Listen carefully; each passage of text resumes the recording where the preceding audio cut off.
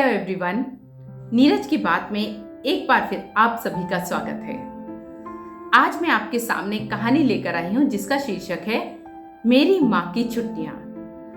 ये कहानी टीचर्स को समर्पित है। टीचर्स के बच्चे किस तरीके से छुट्टियां होने पर अपनी माँ से या अपने पिताजी से क्या क्या एक्सपेक्ट करते हैं कि वो छुट्टियों में क्या क्या करेंगे और फिर उनकी छुट्टियां उनको किस रूप में मिलती हैं। इस कहानी के माध्यम से मैं आपके सामने वो भावनाएं व्यक्त करना चाहूंगी। इस कहानी में एक बच्चा अपनी माँ को आते हुए देखता है जैसे ही उसकी जून की छुट्टियां होती हैं। माँ को देखकर वो उसके चेहरे पर खुशी तलाशने की कोशिश कर रहा है, पर उसको वो खुशी उसके चेहरे पर नजर नहीं आ रही है। माँ से पूछता है, माँ छुट्टियां तो हो गई हैं ना? हाँ बेटा, छुट्टियां तो हो गई हैं। तो तुम इतनी उदास क्यों हो? उदास नहीं हूं बेटा, बस ये थोड़ा सा बोझ तुम मेरे साथ शेयर कर लो। अपनी खुशी में बच्चा ये देखना भूल गया कि माँ 4 बैग के बोझ से लदी हुई थी। ये क्या है माँ? बेटा, ये है छुट्टियों का तोहफा। छुट्टियों का तोहफा? कैसा तोहफा? बेटा, वर्क फ्रॉम होम। तुम जानते हो ना? हाँ, लेकिन आपकी तो छुट्टियां हुई हैं, तो हॉलीडे होमवर्क तो बिट्टू आपको भी मिलता है ना? इतना? हाँ बेटा, आप स्टूडेंट हो, आपको कम मिलता है। हम नौकरी करते हैं और नौकरी का सही मीनिंग होता है नौकरगिरी। अब वो तुम्हें धीरे धीरे ये बातें समझ में आने लगेंगी। अभी तुम छोटे हो, इसलिए तुम्हें ये बातें कम समझ में आती है। फिलहाल मेरी मदद कर दो। ठीक है माँ, चलते हैं। लेकिन माँ, ये छुट्टियां? बेटा, तुम बार बार वही क्वेश्चन कर रहे हो। अच्छा चलो, पहले मैं तुम्हारी बातों के जवाब देती हूँ। सच बताऊं तो ये जबरदस्ती की दी हुई छुट्टियां तो मुझे भी पसंद नहीं है। जैसे ही हमारी छुट्टियां होती हैं तो जो दूसरे विभाग हैं उनके ताने स्टार्ट हो जाते हैं। तुम्हारा अच्छा है, टीचर्स की सबसे ज्यादा मौज है। पूरा जून घर पे कुछ करना ही नहीं है।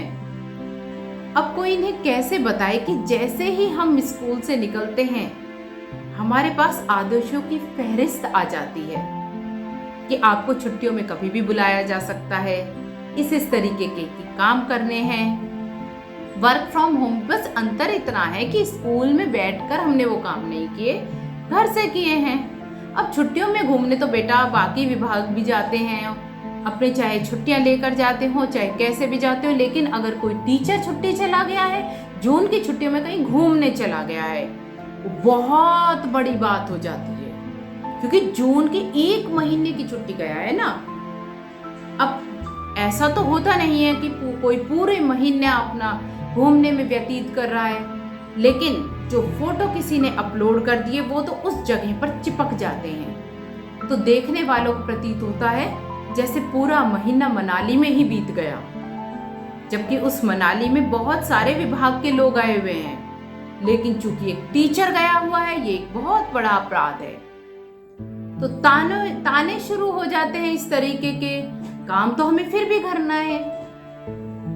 अब अगर ये छुट्टियां हमें ना मिले और ये काम हमसे स्कूल में करवा लिया जाए और इसके बदले हमें वो चीज दी जाए जो बाकी विभागों में है। क्या है बाकी विभागों में?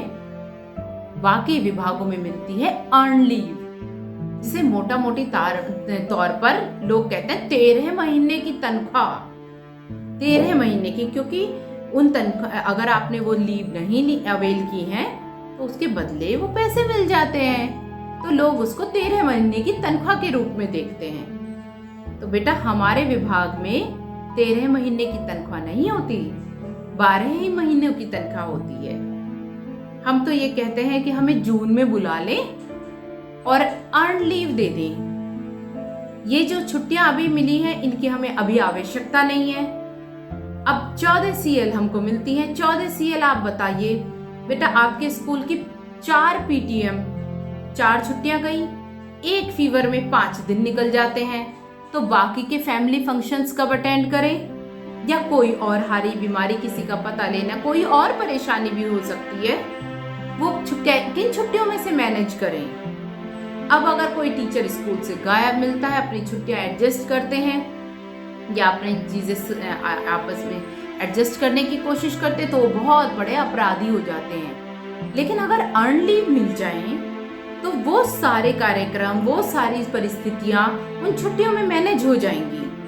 लेकिन हमारे पास वो छुट्टियां नहीं है, ये बात किसी को पता नहीं है, बहुत कम लोग जानते हैं। बस सबको ये पता है कि जून की छुट्टियां हैं जो पूरे मजे से कटने वाली हैं। लेकिन जैसे ही हमारी जून की छुट्टियां होती है ना, तो पूरे साल जिन लोगों ने अपने काम रोक कर रखे होते हैं, जून में हम चलेंगे जून में घूमने के लिए, उनके यहाँ छुट्टियां है ना मैं मास्टर जी की, ये काम भाई जून में करा लेंगे, जून में छुट्टियां हैं मास्टरनी की। तो इस तरीके की जो समस्याएं आएंगी उनको तो कौन मानेगा। उनको तो ये लगता है ना कि अरे छुट्टियां हैं फिर भी नहीं कर रहे हैं। लेकिन वो छुट्टियां अगर जबरदस्ती की दी हुई भी हैं तो कुछ अपने लिए भी तो होती होंगी ना। अब अगर आपने किसी को आने से मना कर दिया कि नहीं नहीं अभी हमें भी कहीं जाना है, तो बहुत बड़ा अपराध हो गया है। आपने मना कैसे कर दिया? किसी को घर बुलाने से मना कर दिया। पूरे साल से तो वो लोग इंतजार कर रहे थे कि कब आपके यहाँ पर आएंगे। लेकिन वो छुट्टियां आपकी नहीं हुई, आप भूल रहे हैं। वो छुट्टियां तो नाते रिश्तेदार उन लोगों की हुई है जिन्होंने पूरे काम की लिस्ट बना रखी है। अगर उन काम की लिस्ट को मैं गिनना शुरू करती हूँ तो मेरी तो छुट्टियां कम पड़ जाती हैं। अब बताओ बेटा कैसे एडजस्ट किया जाए। लेकिन माँ एक बात बताओ, जब जून में बच्चे नहीं आएंगे तो आप जाकर करोगे क्या? ये तो बात तुम सही कह रहे हो। लेकिन तुम्हें एक बात बताऊं, पूरे साल शिक्षण के साथ, टीचिंग के साथ हम न जाने जनगणना, हाउस होल्ड सर्वे, बीएलओ का काम, राशन बांटना, पता नहीं कितने तरीके के रजिस्टर्स मेंटेन करना, स्कूल के रख रखाव के लिए सामान खरीदना, स्कूल के रख रखाव से संबंधित तैयारी करना, टीएलएम तैयार करना, इतने सारे काम, इलेक्शन ड्यूटी, खैर वो तो एडजस्टेबल है। लेकिन ऐसे बहुत सारी ड्यूटीज, ट्रेनिंग्स बहुत सारी ऐसी होती हैं जो हम अगर जून में कर लें तो पूरे साल टीचिंग को कितना एंजॉय करेंगे और अपना काम कितनी शिद्दत से कर पाएंगे। अब एक तरफ तो हम क्लास में खड़े होते हैं, सडनली हमारे पास कोई और ऑर्डर आ जाता है, कितने सारे काम टीचिंग के साथ मैनेज करना इतना मुश्किल हो जाता है। तो ऑनेस्टली चाहे कोई कितना भी झूठ बोले, वर्क एफिशिएंसी में कहीं ना कहीं कमी आती ही है, वो प्रभावित होता ही है। अगर ये सारे काम जून में टीचर्स से करा लिए जाएं और बाकी पूरा साल सिर्फ टीचिंग के लिए उनको फ्री किया जाए, तो सोचो कितनी इफेक्टिव टीचिंग होगी। जब कोई बाहर से आता है तो आकर इतनी इंक्वायरी हो जाती है, आपने क्या पढ़ाया, क्या नहीं पढ़ाया, कैसे पढ़ाया। मास्टर जी तो स्कूल में ही नहीं रहते, अब पड़ोसियों को कैसे बताएं कि मास्टर जी तो बीएलओ के लिए गए हुए हैं, मास्टर जी बीएलओ ट्रेनिंग के लिए गए हुए हैं, मास्टर जी इस ट्रेनिंग पर गए हैं, मास्टर जी को मीना मंच की ट्रेनिंग करने जाना है। इतने सारे काम मास्टर जी को दिए हुए हैं, वो सारे काम जून में करा ले तो पूरे साल पड़ोसियों को भी लगेगा कि हाँ मास्टर जी यहाँ स्कूल में पढ़ाने आते हैं, और बच्चों को भी बहुत अच्छा लगेगा क्योंकि कंटिन्यूअस कंसिस्टेंसी के साथ टीचिंग होगी, वो ब्रेक्स नहीं आएंगे और बच्चों का फॉलो अप भी बहुत अच्छे से लिया जाएगा और हमें भी पढ़ाने में बहुत मजा आएगा। लेकिन ऐसा नहीं होता क्योंकि जून की छुट्टियां तो मास्टर जी को तोहफे में मिली हैं और वर्क फ्रॉम होम भी तोहफे में मिला है। अब एक ही तो चीज हो जाए, या तो बिल्कुल फ्री, टोटल फ्री हो जाए तो हमें भी लगे कि हाँ हम टोटल फ्री हो गए हैं और वर्क फ्रॉम होम भी हो रहा है।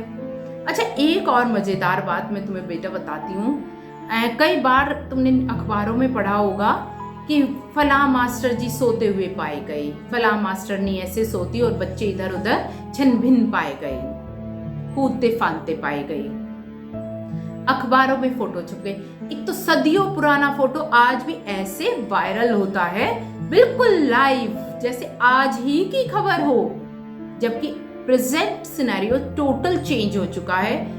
इतने तरीके से वर्क को हमें डिस्ट्रीब्यूट करना होता है, टीचिंग इतने मेथड से करनी होती है, इतने तरीके के काम, इतने तरीके की चेकिंग है कि सोने वाला सीन तो कहीं पॉसिबल ही नहीं है। अब स्कूल से नदारद पाए गए, अब वो जो नदारद पाए जाते हैं उसका नेक्स्ट डे गलती सुधार या फॉलो अप कभी नहीं आता कि वो मास्टर जी किस ट्रेनिंग पर गए हुए थे। उन न्यूज़पेपर वालों को तो चटपटा मसाला मिल जाता है, मास्टर जी ऐसे गायब मिले, मास्टर जी वैसे गायब मिले।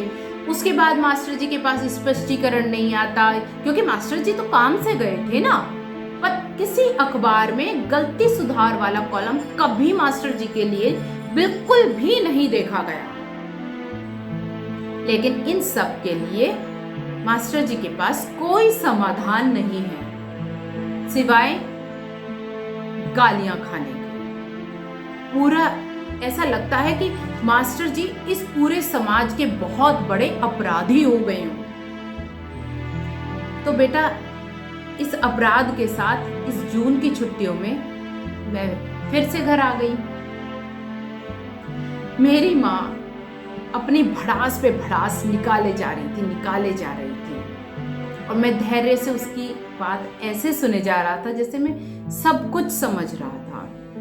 समझ ही तो रहा था, भले ही मेरी उम्र 8 साल की हो, पर मैं अपनी माँ की परेशानी बहुत अच्छे से समझ रहा था।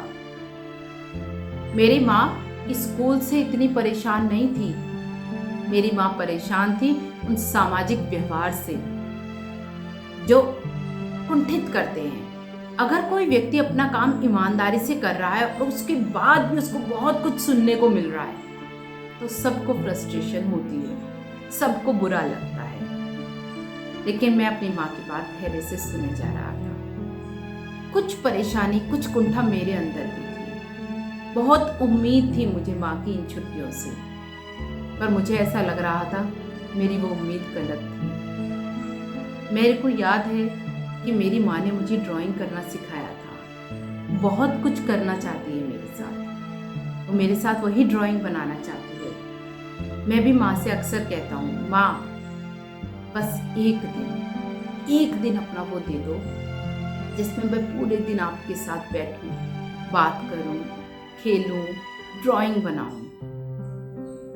लेकिन जब भी माँ मेरे साथ उस तरीके का समय व्यतीत करना चाहती है, उसका कोई फोन आ जाता है, उसका कोई काम आ जाता है, वो तुरंत अपने काम पर भाग पड़ती है और मैं उसे देखता रह जाता हूँ। बहुत दुखी है वो इस बात से कि मैंने ड्राइंग करना छोड़ दिया। कई बार वो मुझे कहती, बेटा ड्राइंग तो तुम्हें पसंद था ना।